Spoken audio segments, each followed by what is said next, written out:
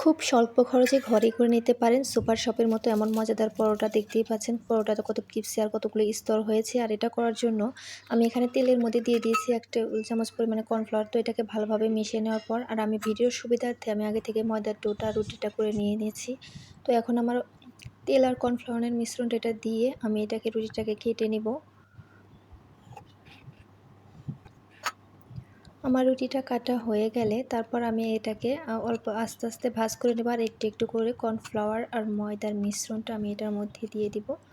তো এভাবে আমি সবগুলো স্তরে একটার উপর আরেকটা দিয়ে দেওয়ার পর এটাকে হাতের সাহায্যে খুব সুন্দর করে আস্তে আস্তে গোল করে নেব। হাতের সাহায্যে এটাকে আস্তে আস্তে চেপে এটাকে গোল করে নিতে হবে। তারপর এটাকে বেলনের সাহায্যে আস্তে আস্তে এটাকে আমি রুটি করে নেব।